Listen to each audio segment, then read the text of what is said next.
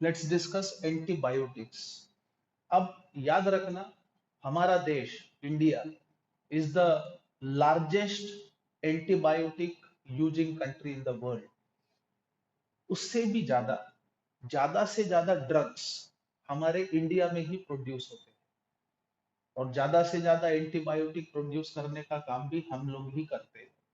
अब ये एंटीबायोटिक क्या चीज है, याद रखना, लिविंग सेल्स में वो खासियत होती है कि जो इन्फेक्टिंग ऑर्गेनिज्म को मार सके, ऐसा सब्सटेंस बना सके। सो एंटीबायोटिक क्या चीज है? It is a substance prepared from one living organism which is toxic for another living organism।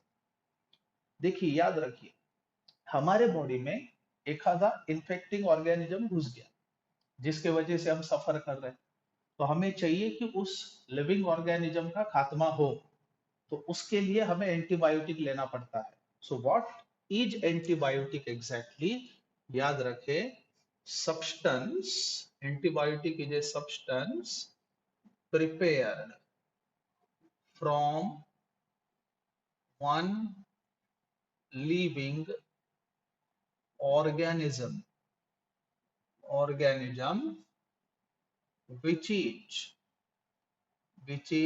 toxic for another living organism और इन्फेक्टिंग ऑर्गेनिज्म, ऐसा बोल सकते हैं, इज नोन एज एंटीबायोटिक।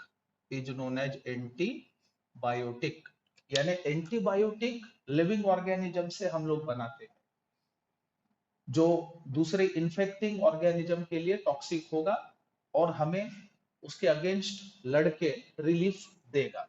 अब दूसरी इंपॉर्टेंट चीज हमें ये समझना होगा कि पूरे के पूरे जो लिविंग सेल्स है उन्हें हम एंटीबायोटिक के तौर पे इस्तेमाल नहीं कर सकते हैं।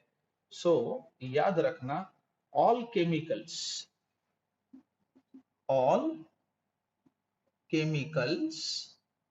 obtained from living cells cannot be used as an antibiotic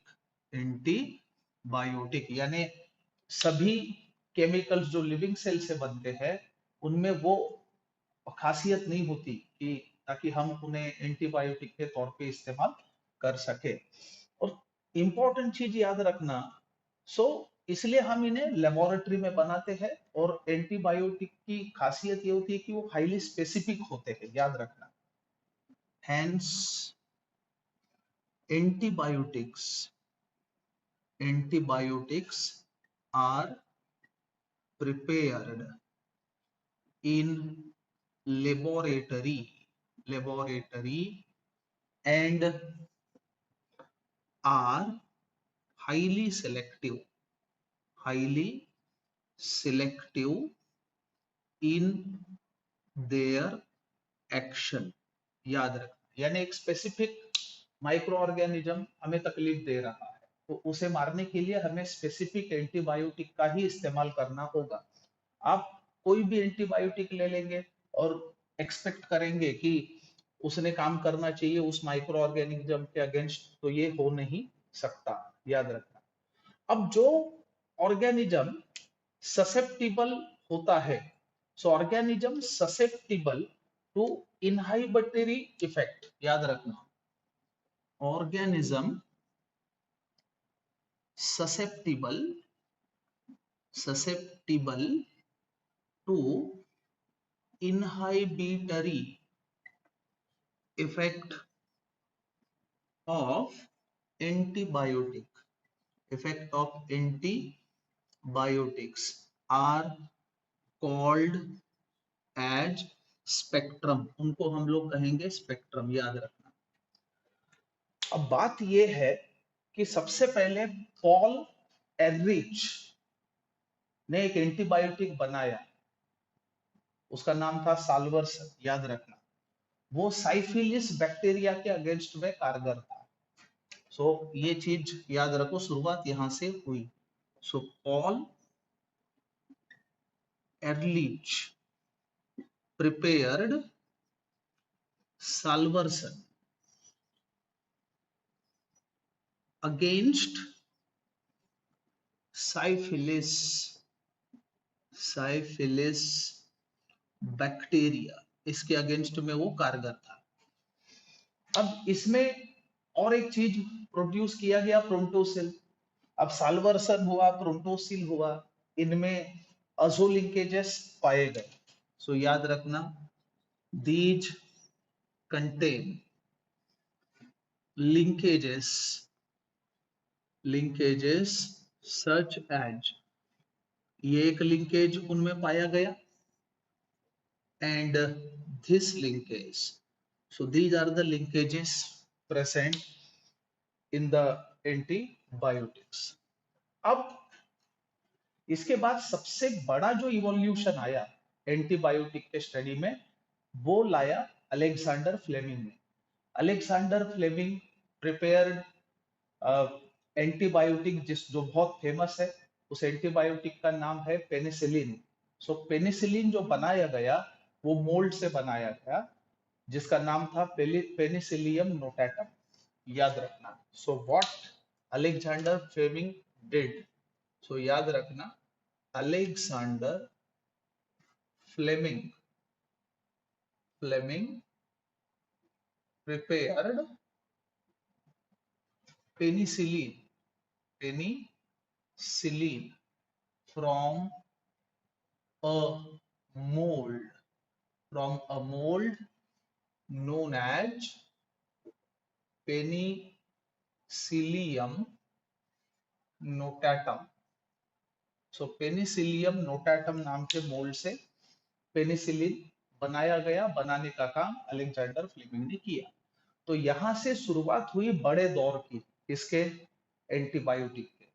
अब हम देखेंगे classification of antibiotics. Let's discuss classification classification of antibiotics.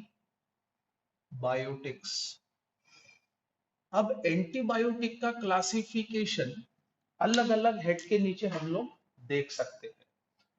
सबसे पहले हम देखेंगे कि एंटीबायोटिक कितने टाइप के बैक्टीरिया के अगेंस्ट में कारगर है। सबसे पहला जो मोड है वो है on the basis of effectiveness against bacteria या माइक्रो ऑर्गेनिज्म हम लोग बोल सकते हैं। यानी कौन कौन से प्रकार के, अब देखो बैक्टीरिया या माइक्रो ऑर्गेनिज्म दो टाइप के होते हैं, एक होता है ग्राम पॉजिटिव, दूसरा होता है ग्राम नेगेटिव। अब जो एंटीबायोटिक हम यूज करेंगे, हमें समझना होगा कि वो एंटीबायोटिक कौन से बैक्टीरिया के अगेंस्ट में कारगर है या इफेक्टिव है। तो इस केस में सबसे पहला जो क्लास आएगा वो आएगा broad spectrum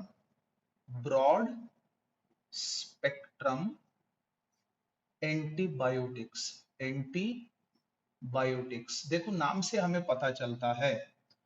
broad spectrum antibiotic यानी क्या होता है, antibiotics which are effective against both, I mean gram positive as well as gram negative bacteria या माइक्रो ऑर्गेनिज्म हम कह सकते हैं, यानी वाइड रेंज के लिए हम इनको इस्तेमाल कर सकते हैं। हम बोलेंगे कि दीज आर इफेक्टिव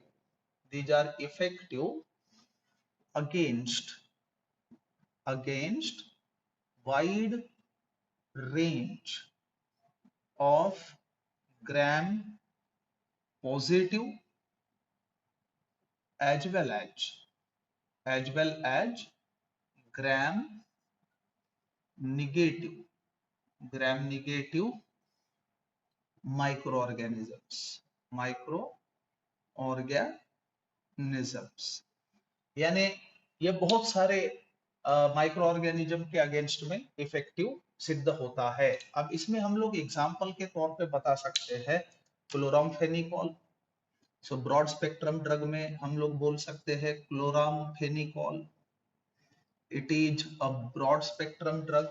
इसके बाद में एम्पीसिलिन, एम्पीसिलिन, उसके बाद amoxicillin, amoxicillin etcetera, these are the broad spectrum antibiotics. यानी कि जब हमें इन्फेक्टिंग ऑर्गेनिज्म का पता नहीं होता, जैसे हम लोग डॉक्टर के पास जाते हैं तो जाने के बाद हम तकलीफ बताते हैं, तो डॉक्टर्स को पता नहीं है फिलहाल and at this very moment initially कि कौन सा ऑर्गेनिज्म इन्फेक्ट कर रहा है।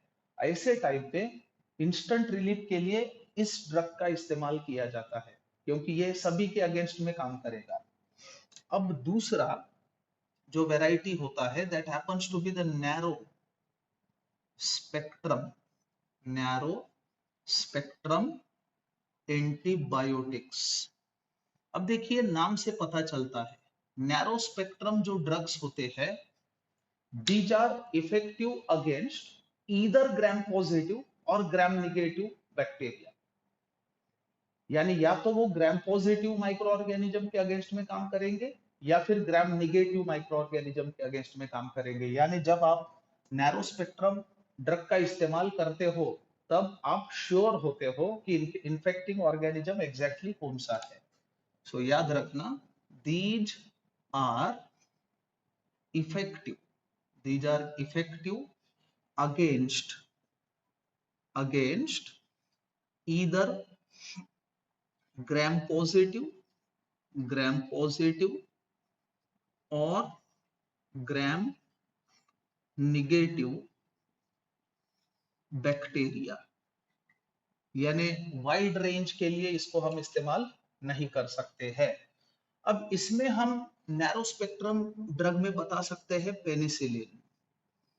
Penicillin is one of the finest examples of narrow spectrum antibiotics. तो ये था कि कौन से टाइप के बैक्टीरिया के या माइक्रो ऑर्गेनिज्म के अगेंस्ट में काम कर सकता है हमारा एंटीबायोटिक उस बेसिस पे। अब काम करने का तरीका, उस आधार पर हम और दो क्लासेस बता सकते हैं एंटीबायोटिक्स के। अब देखिए माइक्रो ऑर्गेनिज्म को कंट्रोल में करने के लिए एंटीबायोटिक के पास दो ऑप्शंस है। एक तो उसको पूरा खत्म कर डाले यानी किल करे, दूसरा उसको बांध के रखे और उसकी ग्रोथ रिटार्ड करे या इनहाइबिट करे यानी उसको ग्रो ना करने दे।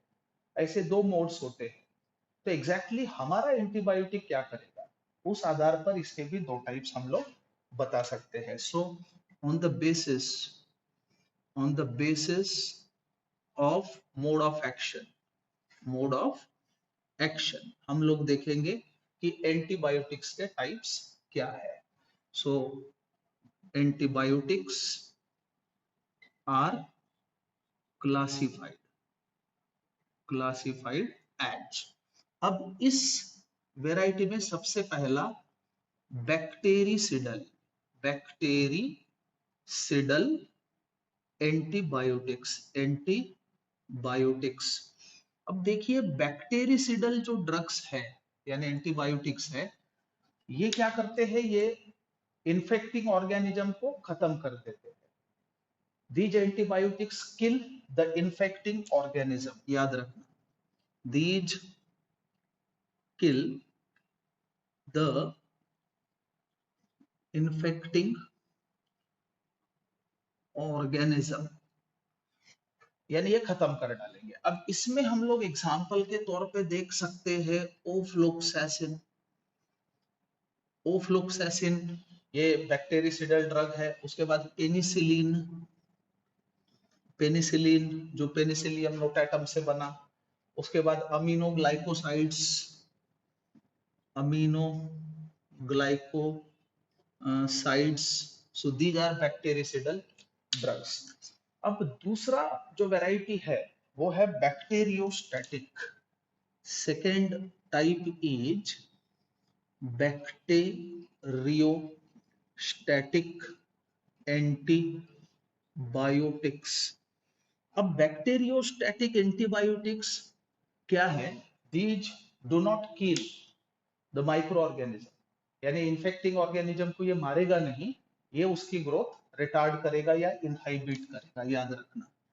these inhibit or retard the growth of infecting organism, याद रखना। अब इस सिलसिले में भी हम लोग बहुत सारे एग्जांपल्स बता सकते हैं, जैसे कि टेट्रासाइक्लिन, एरिथ्रोमाइसिन। सो टेट्रासाइक्लिन, उसके बाद एरिथ्रोमाइसिन, एरिथ्रोमाइसिन के बाद हम लोग chloramphenicol etcetera, these are bacteriostatic drugs. अब याद रखना कुछ कुछ ड्रग्स जैसे स्ट्रेप्टोमाइसिन लो कॉन्सेंट्रेशन में बैक्टीरियोस्टैटिक का काम करेगा, लेकिन अगर उसका कॉन्सेंट्रेशन हम ज्यादा इस्तेमाल करें तो वही बैक्टीरिसिडल एंटीबायोटिक का भी काम कर सकता है। याद रखना streptomycin can act as both depending upon its concentration. तो ये डॉक्टर लोग डिसाइड करेंगे कि कौन से फेज में और किस तरह से उस चीज का हमें इस्तेमाल करना होगा। So it was all about antibiotics.